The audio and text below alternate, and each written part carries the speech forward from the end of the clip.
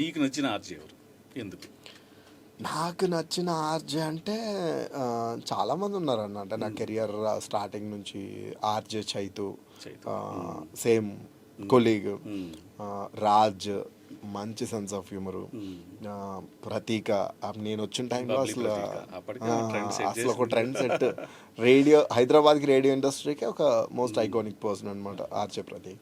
And friends అంటే ఎవరి style వాళ్ళది, బట్ ఒకళ్ళకి నచ్చుతూ ఉంటుంది, బట్ ఇన్ఫ్లుయెన్స్ అవ్వలేము. బికాజ్ ఎవరి ఓన్ స్టైల్ వాళ్ళు ఉండాలి కాబట్టి, అందుకని ఒకరికి సంబంధం ఉండదు. అండ్ బిగ్ బాస్ నువ్వు సీజన్ 6 చేసినప్పుడు నీకు బాగా నచ్చిన ఫ్రెండ్స్ ఎవరు, ఎందుకు? అంటే ఇప్పుడు వాళ్ళు ఫ్రెండ్షిప్ అయ్యాక అరే ఈ క్వాలిటీ బాగుంది అని అడాప్ట్ చేసుకున్నది ఏమన్నా ఉందా? ఫైమా, రాజ్,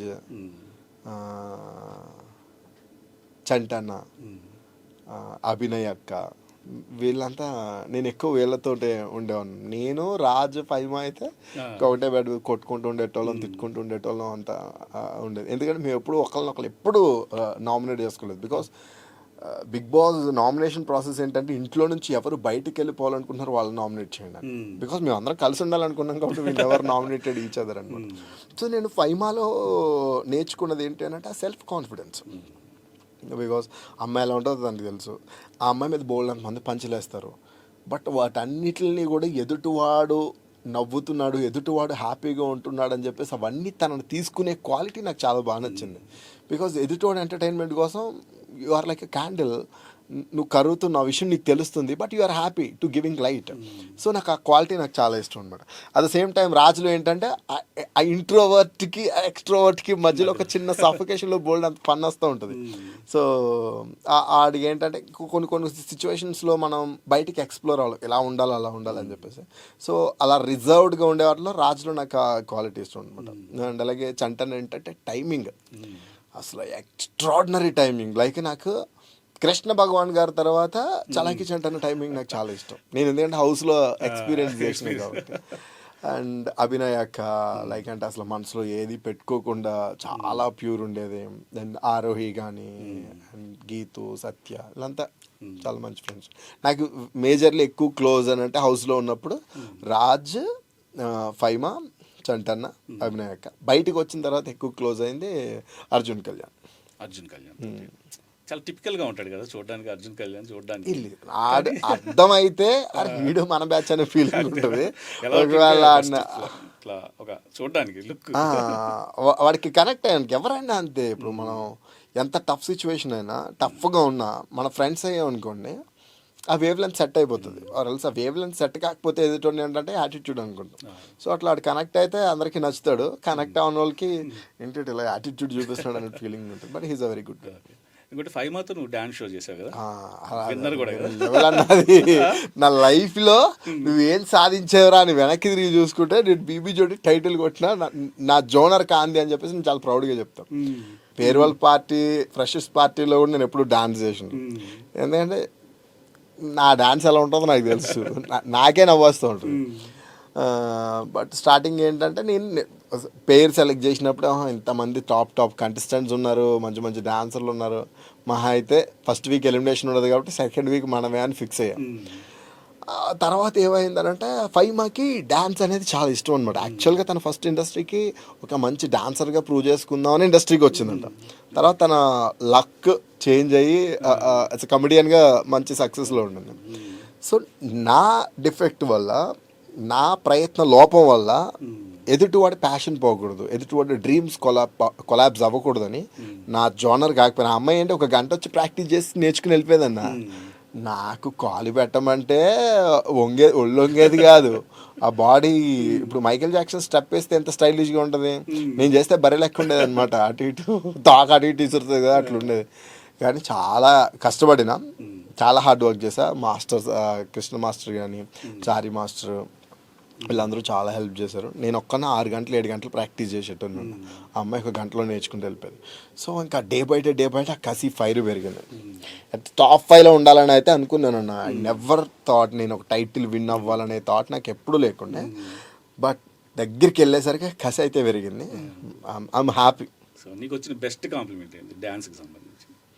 మేము రాఘవేంద్రరావు గారిది థీమ్ ఒకటి సాంగ్ చేశాను అన్న. సో దానికి అసలు చాలా మంచిగా చామంతి పువ్వ అదే అదే అదే అదే అసలు వేరే లెవెల్ డైరెక్టర్స్ డెడికేషన్ థీమ్ అనమాట.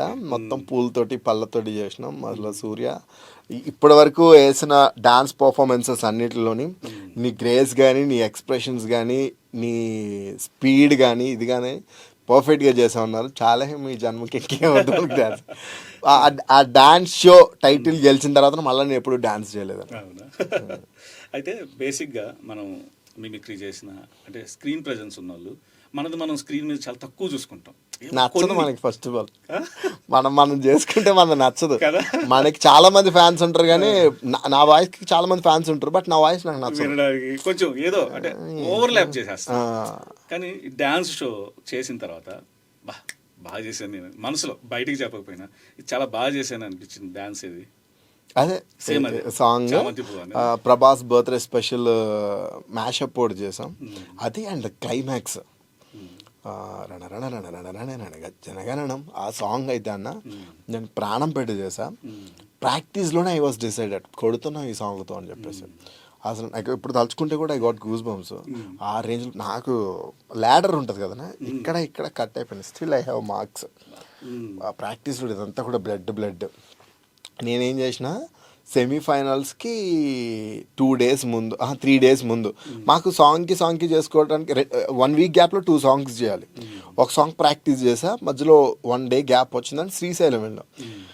శ్రీశైలం ప్రసాదం కౌంటర్స్ దగ్గర గ్రిల్స్ కట్ చేశారు. నేను చూడలా, దర్శనం అయిపోయింది, గ్రిల్ మీద కాలు వేసిన కాలు కట్ అయిపోయింది. ఇక్కడ ఉంటుంది అన్న, కనబడుతుంది అన్న మార్క్, కనిపిస్తుంది. ఇక్కడ నుంచి ఇక్కడ దాకా కట్ అయిపోయింది. కింద పెడుతుంటే బ్లడ్. అసలు స్టెప్పులేమో హెవీ ఉన్నాయి. అసలు ఎగిరి జంప్ చేయడాలు, ఫైమాని ఎత్తుకుని ఫ్లిప్పులు చేయడాలు ఇవన్నీ ఉన్నాయి. ఇంకా డిసైడ్ అయిపోయింది. ఇక్కడ దాకా వచ్చాం, ఫైన్, దేవుడు ఇక్కడ దాకానే డిసైడ్ చేశాను. ఆ రోజు శ్రీశైలంలో మొక్కుకున్నాను అనమాట. వచ్చి నేను విన్నరం చేయమని అన్నట్లా టాప్ 5లో నన్ను ఉంచు, మళ్ళా వస్తాను నీ దగ్గరికి. ఒకవేళ నువ్వేమన్నా మ్యాజిక్ చేసేసి నువ్వు విన్నరం చేసావా, ట్రోఫీ తీసుకుని వస్తానని చెప్పిన వెళ్ళాన్నా. మాస్టర్ ఏమో వాళ్ళకి కాల్ చేసి చెప్పేశాడు, సూర్య కాల్ అసలు సహకరించుతూ చాలా వరకు కట్ అయిపోయింది, ఈ కాంట్ డాన్స్ అని. వాళ్ళు నాకు కాల్ చేశారు, ఏంటి ఇలాంటి సిచ్యువేషన్స్లో నువ్వు ఎందుకు సూర్య ఇలాంటివన్నీ చేస్తానంటే, నేను చేస్తా డాన్స్. అదే బ్రో నువ్వు చేయలేవు, నేను చేస్తా మాస్టర్, నా వల్ల మీ డ్రీమ్స్ అని ఏదైతే అది అయింది. నా లాస్ట్ మూమెంట్ వరకు నేను కష్టపడతాను. ఇంకా అప్పటికి అవ్వకపోతే అప్పుడు వదిలేస్తా చెప్పిన, అలానే చేసేసినాను. బట్ ఎవరికి తెలియదు. నేను స్టేజ్ మీద కూడా నాకు దెబ్బ తగిలిందని కూడా నేను ఎవరికి చెప్పలేను. ఆ పర్ఫార్మెన్స్ అంతా అయిపోయిన తర్వాత శ్రీముఖి చెప్పుండే అనమాట, తనకి కాలు ఇలా కట్ అయింది, బట్ ఇట్ వాజ్ డాన్స్. మంచిగా అనిపించింది.